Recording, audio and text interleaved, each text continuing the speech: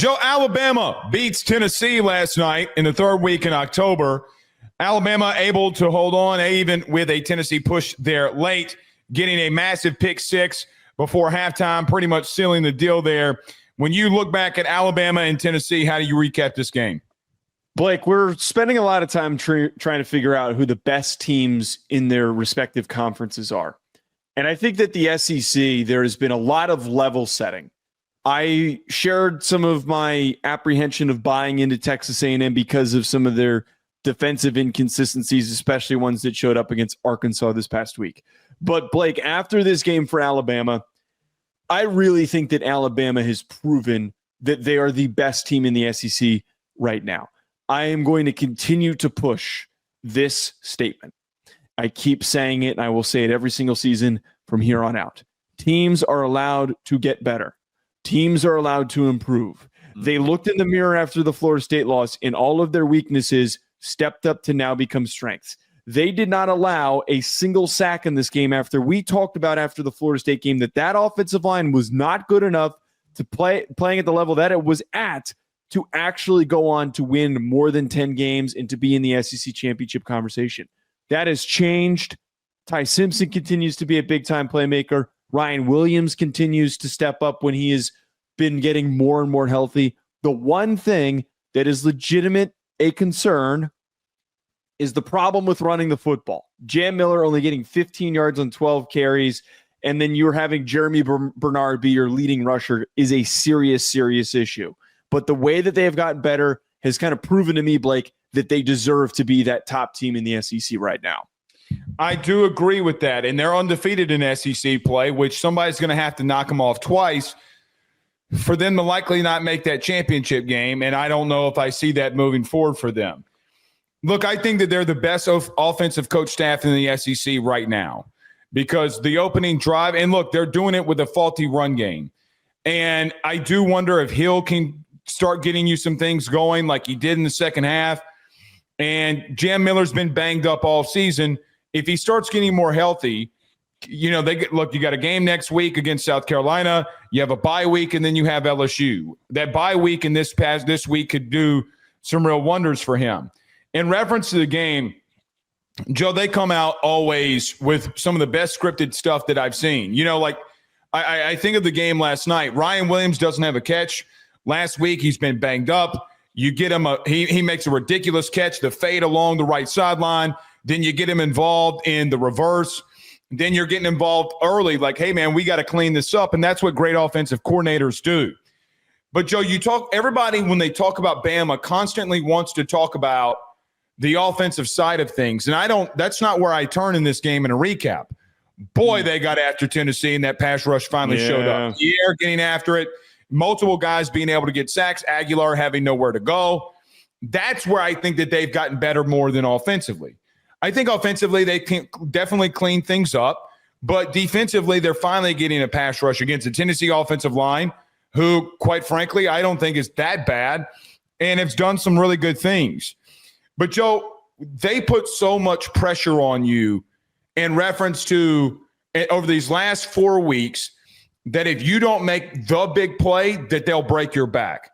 And this is the first time since 2001 that an SEC team has in 4 straight weeks, the last month, beat a ranked opponent. Whether you agree with the teams they played should be ranked or not, it's the first time since 2001 LSU that in a month straight that Nick Saban. So to Bama fans, the last coach that beat 4 straight ranked teams in the SEC in your own conference was Nick Saban in 2001. You just did the same thing with Kalen DeBoer at Alabama. Joe, where I look at them is they're starting, and we talked about this after the Vandy game. Since the Diego Pavia fumble, I feel like there's nobody playing better, more complimentary football, even with mistakes. So, for an example, when Ty Simpson fumbles the football, okay, you get a hit, and then you make a massive stop. But even when it's the most pressure and you got to know what's going on, in reference to every single big play that's being made, especially in this one, it went Alabama's way. I thought Josh Heupel, for what it's worth, in Tennessee, made some bad decisions. Why are you running a play action on the 1 yard line with 7 seconds left to go? Everybody knows that you're not running the football because you have no timeouts. And listen, before I kick it back over to you here, I was really sick on Monday and got attacked by Tennessee fans for saying, try Tennessee Network, the media company in Tennessee, whoever they are. You should worry about Tony Vitello leaving you, by the way, more than you're more worried about me. But neither doesn't matter. Joey Aguilar is who he is. And once that safety happened and Bama went down and scored, then you have the pick six. It was over. And Aguilar is who he is, and you're going to have to deal with that. I think because Tennessee's had some early success, we don't realize that, look, you still had Joey Aguilar as your quarterback. And I'm not putting it all on him. He was putting everything out on the line. But he's a turnover machine. And the two biggest plays of the game that ultimately broke your back was the safety that you cannot have. And I get somebody stepped on his foot, but he's got to have more awareness in the end zone. And then the spider 2 wide banana on a play action that Josh Heupel should have never called. I mean, it is what it is. And I don't want to put it all on Joey Aguilar's hands, but Bama made him make the plays, and he didn't. Joe, the 2-point conversion, he throws a pick to Dijon Lee, a freshman. He got baited by a freshman. So as much as Alabama controlled it, every time that they needed to make a big play in this one, Tennessee couldn't, and Alabama did. And Shane from the Tribe, whatever network, saying that I was wrong. I think it's just one guy, some idiot with 100 subscribers on YouTube. Yeah, that guy sucks. It's soft as baby shit to, after you were correct, to then backtrack. Like, own the fact that he was wrong. You were right in your statement of Aguilar in his career has been turnover prone and he's made back-breaking turnovers. And again, we're not trying to sit here and like really crap all over Aguilar. He had some nice plays in this game. Back-breaking decisions. Yeah, that pick is inexcusable. He threw behind his, I think he was throwing to a tight end on that play. You can't throw that behind him. You have to put that up and away near the sideline, so at the very least it goes out of bounds. He set that up to be returned for a pick six. Xavier Brown, by the way, is freakishly fast. I think that this Tennessee team, until they get reinforcements at corner, they're an 8-win team, which is what we talked about in the preseason. Talked about like, hey, they've got a couple of issues. We don't know what to expect with Joey Aguilar. If he turns the ball over, they will lose those games, or those games that they're supposed to win confidently will end up being close. The inability to defend the pass is really starting to catch up to them. They need those reinforcements. I'm not buying into them. They're not a playoff team. They're just not. They had a chance to get back in it. Remember, it's 23-13, and Ty Simpson had just fumbled the football.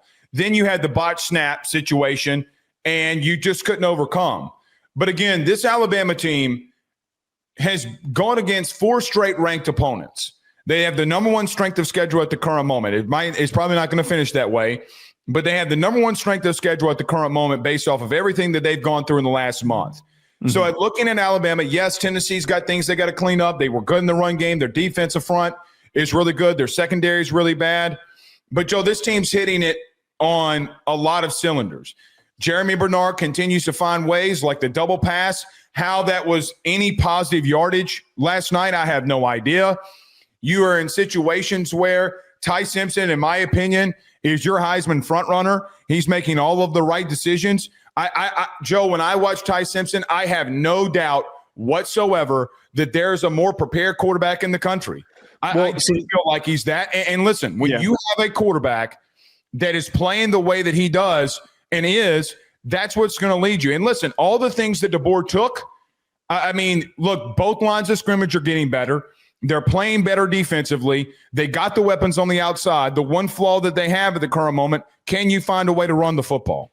Yeah, and they've at least shown some ability to find a run game. It's just their worst, not their worst, it wasn't a bad offensive performance, but like their worst days, the run game is non-existent. But the thing is that they've still been able to manufacture a lot of offensive production by leaning into Ty Simpson, leaning into the passing game. Ryan Williams had 2 amazing catches in this game that were amazing, and I think reminded us of why he's more than that. The one on the third down was insane. Yeah, he's reminding us why we believed in him as this next big star in the sport in college football. Blake, I think just to reiterate here, my final thought on this, they have improved. The improvement defensively is the most striking difference that is going to set them up for success. And I really do think that we have an opportunity here to see Alabama win the SEC if their defense can get after opposing quarterbacks and get 4 sacks and 8 tackles for loss. And if Ty Simpson can continue to be confident and make plays downfield and attack tight windows because he's got the arm and the poise and all those things you look for in a top quarterback to do so. So I'm in on this Alabama team. Since they beat Georgia, I feel like they have really, really proved that they are on a different level than some other programs in the conference. Let me ask you this. Who's got a better resume than them right now, even with a loss? It's them. It's them. It's absolutely them. They have the best. I can't come up with a counter example. You can't, because nobody's played a month's worth of ranked teams. I mean, it is what it is here. All right, Joe.